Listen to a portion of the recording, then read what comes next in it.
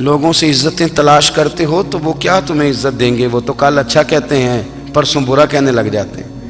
لوگوں کے سامنے گڈ بک میں آنا چاہو گے تو وہ تو سویرے تمہارے بارے میں کچھ کہیں گے، شام کچھ اور کہیں گے۔ اپنی روحانی زندگی آباد کریں، اپنے مسلح کو وقت دیں، اور دنیا سے چھپ کر اس موبائل کو بند کر کے اور اپنے آپ سے بھی چھپ کے اور تنہا ہو کے چھپا کے سارا کچھ اپنے آنسو اپنے رب کی بارگاہ میں پیش کریں، اس کے حضور حاضری دیں۔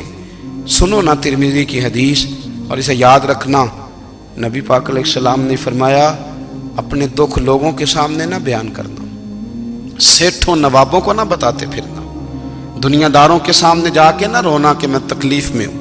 فرمایا اگر دنیا داروں کو دکھ بتاؤ گے رب تمہیں کبھی غنی نہیں کرے گا۔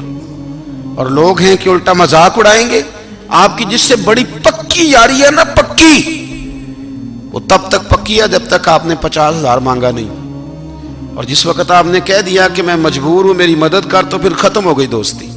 لوگوں کی تعلقات آپ کے ساتھ تب تک ہیں جب تک آپ ان سے کوئی ضرورت وابستہ نہیں کرتے۔ کریم محبوب فرمانے لگے بندوں کے سامنے دکھ نہ بیان کرنا، اللہ تجھے کبھی غنی نہیں کرے گا۔ تو اپنے دکھ اپنے رب کو بتا، تو دعائیں مانگ، تو اس کی بارگاہ میں حاضر ہو، تو اس کے حضور عرض کر۔ فرمایا اپنے دکھ اپنے رب کو بتا، وہ جلدی کرے یا دیر سے کرے تجھے ساری دنیا سے بے نیاز کر دے گا، تجھے کسی کا محتاج نہیں رہنے دے گا۔ اپنے مسلح کو، اپنی دعاؤں، ایک بزرگ فرماتے ہیں میں نے دعا مانگنے کا طریقہ اپنی بیوی سے سیکھا،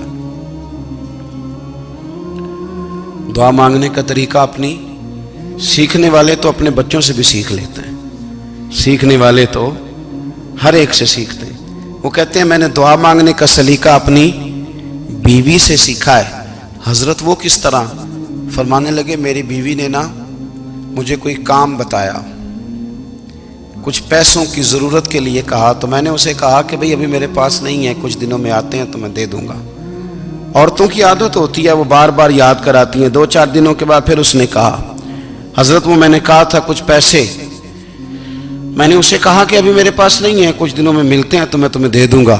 اس نے کچھ دنوں کے بعد پھر کہا حضور وہ میں نے کچھ پیسے کہے تھے۔ فرماتے میں نے ڈانٹ دیا، میں نے کہا کہ کیا تو روز مجھے شرمندہ کرتی ہے، کہا نا میرے پاس نہیں ہے، ہوں گے تو دے دوں گا، تو روز یاد کراتی ہے۔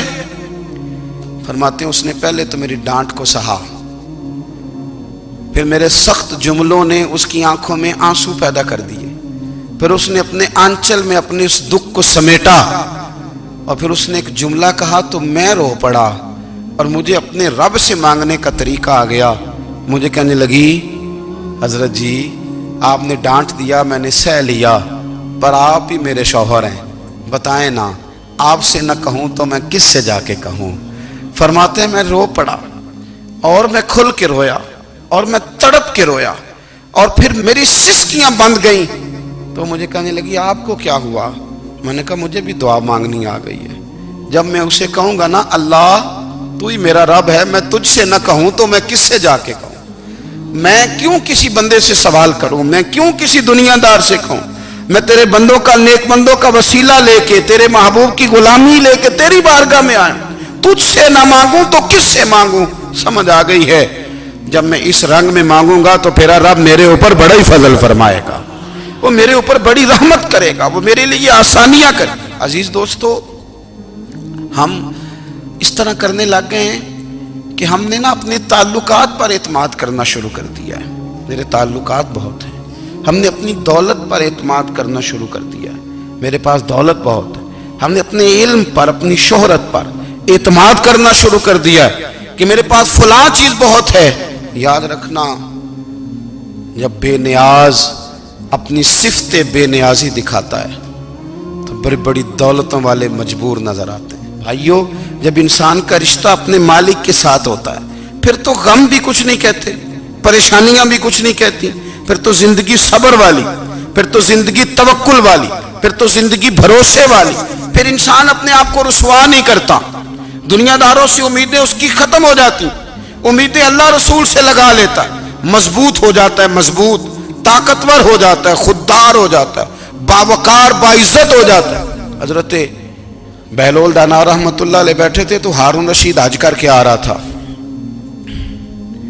تو رستے میں حضرت شیخ سے ملاقات ہو گئی تو السلام علیکم کے بعد کہنے لگا حضور کوئی حکم ہو تو بتائیے گا. تو حضرت بہلول دانا فرمانے لگے تیرا رب کون ہے؟ اس نے کہا اللہ. تو فرمایا میرا کون ہے؟ کہا اللہ. فرمانے لگے تو بڑا ہی بیوقوف ہے، کیا تو یہ سمجھتا ہے کہ رب ہارون رشید کو تو دے گا اور بہلول دانا کو بھول جائے گا؟ تیرا بھی وہی رب ہے، میرا بھی وہی رب ہے. اس نے اگر تجھے دے کے آزمایا ہے تو ہو سکتا ہے مجھے نہ دے کے آزما رہا ہو. جب اس کی حکمت کے تقاضے ہوں گے تو عطا کرے گا اور دے گا. تو جا اپنا کام کر. بھائی اپنی روحانی زندگی، اپنی عبادات، اپنے وظائف، اپنے روزمرہ کے معاملات، اپنی دعائیں، اپنا استغفار. دیکھو کوئی مشکل کام تو نہیں 2 رکوع ہیں سورہ واقعہ کہ اگر رات کو پڑھ لی جائے تو. میں کس طرح یہ بات بیان کروں کہ تعویذ بانٹنا آسان ہے اور وظیفہ بتانا مشکل ہے. سارا دن تعویذ بانٹیں تو لوگ لینے کو تیار ہیں، اور اگر آپ وظیفہ بتائیں تو کہتے ہیں تو مشکل کام ہے. او خدا کے بندے، اگر آپ کا تعلق قرآن پاک کے ساتھ مضبوط ہو، قرآن پاک کے ساتھ اگر آپ کا رشتہ ہو، لوگ سفارشیں ڈھونڈتے ہیں نا دنیا میں، کوئی تعلق مل جائے تو میرا کام ہو جائے. دنیا میں اتنا مشکل معاملہ ہے، آخرت میں مجھے بتائیے گا کتنا مشکل معاملہ ہوگا. میرے نبی پاک صلی اللہ تعالی علیہ وسلم نے فرمایا جو لوگ سورہ ملک پڑھا کرتے تھے نا، سورہ ملک، یہ سورت ملک قیامت میں ان کی سفارش کرے گی، اور اس طرح کرے گی کہ کہے گی اے اللہ یہاں اس بندے کو جنت میں داخل کر دے یا مجھے قرآن پاک سے علیحدہ کر دے. تو رب فرمائے گا جا اس کا دامن تھام کے اسے جنت تک پہنچایا.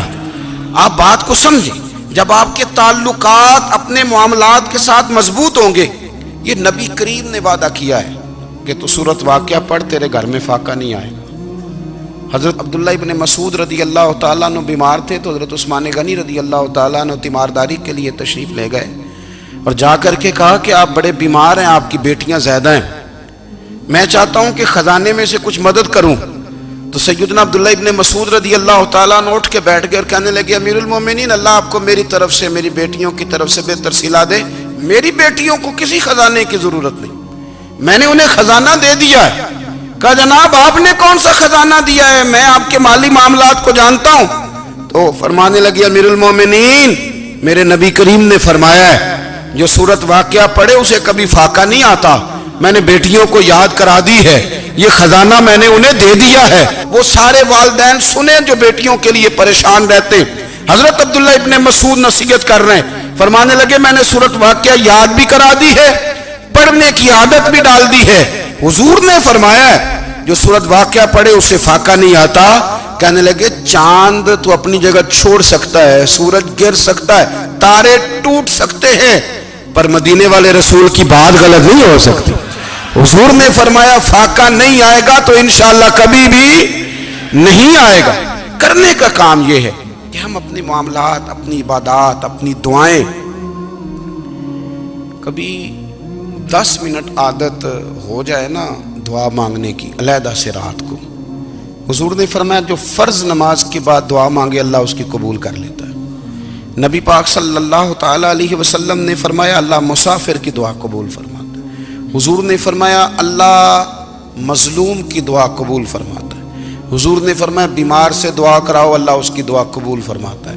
میرے نبی پاک نے فرمایا ماں باپ جب بھی اولاد کے لیے ہاتھ اٹھائیں، ویسے تے بلے شاہ تو آسمانی اڈ دیا ہی پھڑ دیں، جڑا گھر بیٹھا انہوں بڑھیا ہی نہیں. حضور فرمانے لگے ماں باپ جب بھی اولاد کے لیے دعا فرمائیں اللہ ان کی دعا کو قبول کرتا ہے.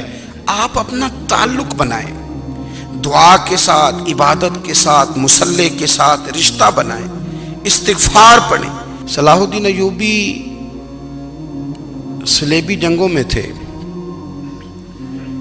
رات کو مسجد اقصیٰ میں نماز پڑھی تو پریشان تھے. ایک بزرگ سے ملاقات ہوئی تو وہ کہنے لگے کہ آپ بڑے پریشان ہیں. کہنے لگے حضور پریشان اس لیے ہوں کہ پہلے ہی مسلمان کمزور ہے، اب میں نے سنا ہے دشمن کا ایک بحری بیڑا وہ جنگی سامان سے بھرا ہوا آ رہا ہے، تو اب ان کے پاس اور تلواریں اور نیزے آ جائیں گے، مسلمانوں کے پاس پہلے ہی وسائل کی کمی ہے، پریشان ہو کس طرح کر کے مقابلہ کریں گے. یہ بات کہتے ہی صلاح الدین ایوبی نے بزرگوں سے کہا حضور آپ بھی دعا کرنا، دعا کی بڑی طاقت ہے. میرے نبی پاک نے فرمایا دعا مومن کا ہتھیار ہے، دعا مومن کا، دعا مومن کا۔ حضور نے فرمایا تقدیر کو سوائے دعا کے کوئی چیز نہیں بدل سکتی، دعا مومن کا ہتھیار ہے، یہ کافر کے پاس کوئی نہیں، یہ ہتھیار ہے مومن کا۔ اللہ کرے آپ کو سمجھ آئے، پھر سنیں، کئی بار کہہ چکا ہوں یہ ہتھیار ہے۔ کافر کے مقابلے میں جو تیرے پاس سب سے بڑا ہتھیار ہے وہ دعا ہے۔ دعائیں کرانی چھوڑ دی، کرنی چھوڑ دی، لینی چھوڑ دی۔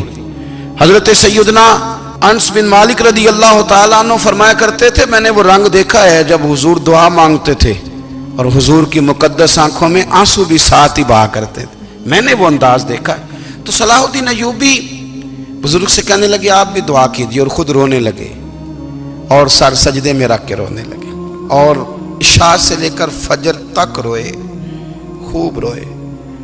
صبح وہ بزرگ آئے تو صلاح الدین ایوبی کا خوبصورت اور ہنستا ہوا چہرہ دیکھا، کہنے لگے آپ بڑے خوش ہیں، رات تو میں نے بڑے روتے ہوئے دیکھا تھا۔ تو کہنے لگے حضور وہ جو بحری بیڑا آ رہا تھا نا وہ پانی میں ڈوب گیا ہے، اب وہ نہیں آ رہا، ابھی خبر آئی ہے تو میں بڑا خوش ہوں۔ بزرگ کہنے لگے اٹھ سینے سے لگ اور سن ایک بات، وہ بحری بیڑا پانی میں نہیں ڈوبا، وہ تیرے آنسوؤں میں ڈوب گیا ہے۔ وہ جو تو رات رویا ہے نا رب کریم کی بارگاہ میں تو وہ ڈوب گیا ہے۔ حضرت عائشہ صدیقہ رضی اللہ تعالیٰ عنہ فرماتی ہیں ایک عورت تھی اور اسے نبی پاک صلی اللہ تعالیٰ علیہ وسلم نے نا وہ کلمہ پڑھ کے مسلمان ہوئی، مدینہ طیبہ آ گئی تو حضور نے مسجد نبوی شریف میں اس کے لیے مکان، ایک سادہ سا کمرہ ساتھ مسجد کے بنوا دیا، وہیں رہنے لگی۔ اکثر وہ سیدہ طیبہ کے پاس آتی تو حضرت عائشہ صدیقہ رضی اللہ تعالیٰ عنہ فرماتی ہیں وہ بڑی باتیں سناتی اور آخر میں کہتی وہ ہار والا دن بھی بڑا عجیب دن تھا اور میرے رب کی قدرتوں کا دن تھا، وہ بھی بڑا عجیب دن تھا۔ سیدہ عائشہ صدیقہ رضی اللہ تعالیٰ عنہ ایک دن فرمانے لگی کہ تو ہار والے دن کا بڑا ذکر کرتی ہے، وہ کیا دن تھا؟ تو خاتون کہنے لگی اماں جی وہ دن تھا جب میرے رب پر بھروسہ اور مضبوط ہو گیا، جس دن میرا اپنے رب پر توکل اور بڑھا، میرے ایمان میں یقین میں اور پختگی آئی۔ کہنے لگی میں ایک گھر کی کنیز تھی، نوکرانی تھی، اس گھر میں ایک بچی تھی جس کے پاس سونے چاندی ہیرے جواہرات کا ہار تھا۔ اس زمانے میں نا چمڑے کے اوپر لوگ ہیرے جواہرات لگاتے تھے، کئی دفعہ سرخ رنگ کے چمڑے پہ لگائے جاتے تھے، وہ بچی پہنتی تھی۔ تو کہتی ہیں وہ بچی کے اس نے اتار کے رکھا یا اس سے گرا وہ ہار تو چیل اسے اٹھا کے لے گئی گوشت سمجھ کے اور میرے سامنے اٹھا کے لے گئی۔ گھر والوں نے مجھ سے پوچھا، یہ بخاری میں موجود ہے، گھر والوں نے پوچھا مجھ سے کہ وہ ہار کہاں ہے تو میں نے کہا چیل اٹھا کے لے گئی۔ گھر میں کچھ چوری ہو جائے تو سب سے پہلا الزام کس پہ لگتا ہے؟ ملازمین پہ۔ کہتے انہوں نے مجھے بڑا مارا، بڑی تکلیف تھی، حتیٰ کہ میری شرمگاہ تک کی تلاشی لی، میری عزت اتنی خراب کی میں بتا نہیں سکتی۔ میں نے اپنی زندگی میں ایک واقعہ دیکھا، ایک امیر گھر میں چوری ہو گئی، ملازم کو اتنا مارا کہ وہ چارپائی پہ پڑ گیا، پولیس والوں سے اتنی مار پروائی گئی کہ وہ بیچارہ چارپائی پہ پڑ گیا، اور پھر وہ اتنا بیمار ہوا اور کچھ دنوں کے بعد پتہ چل گیا کہ چور تو اپنا بیٹا ہے ان کا، پھر اس کا انتقال ہو گیا۔ اب وہ سیٹھ صاحب اور گھر والے آ کے نا مرنے والے کے کان میں معافیاں مانگ رہے ہیں، کان میں۔ تو میں نے ان سے پھر کہا تھا کہ یہ تو اب چلا گیا ہے، تمہارا زور چلتا تھا نا تو تم نے قانون خریدا اور تم نے اسے جتنا ہو سکا تم نے اسے مار پڑوائی، تمہارے پاس جو عدالتیں تھیں تم نے وہاں کارروائی کی، اب ایک عدالت قیامت کے دن لگے گی۔ یہ کمزور تھا نا، کچھ کر نہیں سکا۔ میرے نبی پاک صلی اللہ علیہ وسلم نے فرمایا سن لو، اگر سینگ والی بکری نے بغیر سینگ والی بکری کو تکلیف دی ہوگی نا تو قیامت کے دن اسے بھی بدلہ دینا پڑے گا کہ تیرے پاس سینگ تھے اور تو نے اسے مارا تھا۔ وہ خاتون عرض کرتی ہے سیدہ عائشہ کی خدمت میں کہ مجھے بڑا مارا، مجھے تکلیف دی، میں کہہ رہی تھی کہ میرے سامنے چیل لے گئی ہے پر وہ نہیں مان رہے تھے، اماں جی انہوں نے مجھے بڑا مارا۔ حضرت عائشہ صدیقہ کہتی ہیں پھر کیا ہوا؟ کہنے لگی اماں جی جب کوئی میرا مددگار نہ رہا، مجھے تکلیف دے رہے تھے، رسوا کر رہے تھے، تو میں نے اپنے رب سے مدد چاہی، میرے رب کی طرف میں نے توجہ کی، میں نے کہا مالک اب تو ہی میرا مددگار ہے،